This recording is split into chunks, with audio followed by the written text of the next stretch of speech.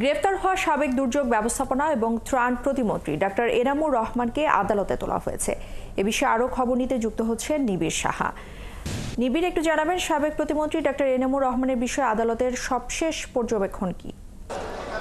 সাবেক ত্রাণ প্রতিমন্ত্রী ডাক্তার এনামুর রহমানকে আদালত থেকে কিছুক্ষণ আগে বের করা হয়েছে এবং যে আদেশটি দেওয়া হয়েছে সেটি হলো যে তাকে 6 দিনের রিমান্ড মঞ্জুর করা হয়েছে, যেটি মিরপুর থানা এলাকার মিরপুর গোলচত্বর এলাকার বৈষম্য বিরোধী ছাত্র আন্দোলনে সাগর নামে এক ব্যক্তি, তিনি পুলিশের গুলিতে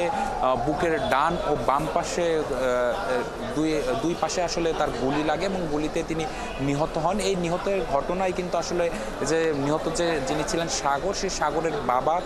তিনি কিন্তু আসলে মামলাটি দায়ের করেন এবং সেই মামলায় কিন্তু আসলে গতকাল বসুন্ধরা আবাসিক এলাকা থেকে যে গ্রেপ্তার হয়েছেন সাবেক ত্রাণ প্রতিমন্ত্রী ডাক্তার এনামুর রহমান, তাকে কিন্তু আসলে গ্রেপ্তার দেখানো হয় এবং তাকে আদালতে নিয়ে আসা হয় এবং সেখানে তার 10 দিনের রিমান্ড চাইলে রিমান্ড শুনানি শেষে বিচারক তার 6 দিনের রিমান্ড মঞ্জুর করেন। আমরা ছিলাম এজলাস কক্ষে এবং সেখানে দেখেছি যে আসলে আসামি পক্ষের আইনজীবী বা ডাক্তার এনামের যারা আইনজীবীরা আছেন তারা কিন্তু বারবারই দাবি করেছেন যে আসলে ডাক্তার এনাম শেষ নির্বাচনে কিন্তু আসলে তিনি আওয়ামী লীগের সংসদ সদস্য ছিলেন না, পাশাপাশি কোনো মন্ত্রীও ছিলেন না। পাশাপাশি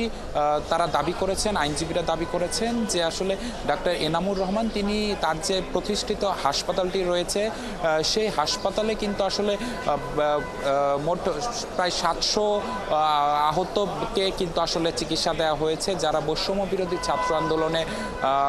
আহত হয়েছেন কিংবা গুলিবিদ্ধ হয়েছেন, এরকম 700 জনকে কিন্তু চিকিৎসা দেওয়া হয়েছে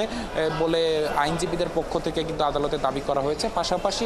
রাষ্ট্রপক্ষের পক্ষ থেকেও কিন্তু আসলে বলা হয়েছে যে আসলে এই আন্দোলনে এই যে ডাক্তার এনামুর রহমান যিনি সাবেক মন্ত্রী, তিনি কিন্তু আসলে সরাসরি হামলায় না থাকলেও কিন্তু আসলে তিনি অর্থ যোগানদাতা কিংবা পরোক্ষভাবে কিন্তু তার নানা ভূমিকা থাকতেই পারে। তো সেজন্যই কিন্তু আসলে তারা রিমান্ড চেয়েছেন, যেন আসলে তার যে ভূমিকা বৈষম্য বিরোধী ছাত্র আন্দোলন দমাতে যে ভূমিকা, সেই ভূমিকায় আসলে তিনি কি ভূমিকা পালন করেছেন সেটি কিন্তু বের করা প্রয়োজন বলে রাষ্ট্রপক্ষের আইনজীবীরা আদালতকে জানিয়েছেন। এবং নিবিড় সাহা, ধন্যবাদ আপনাকে আমাদের সাথে যুক্ত হওয়ার জন্য।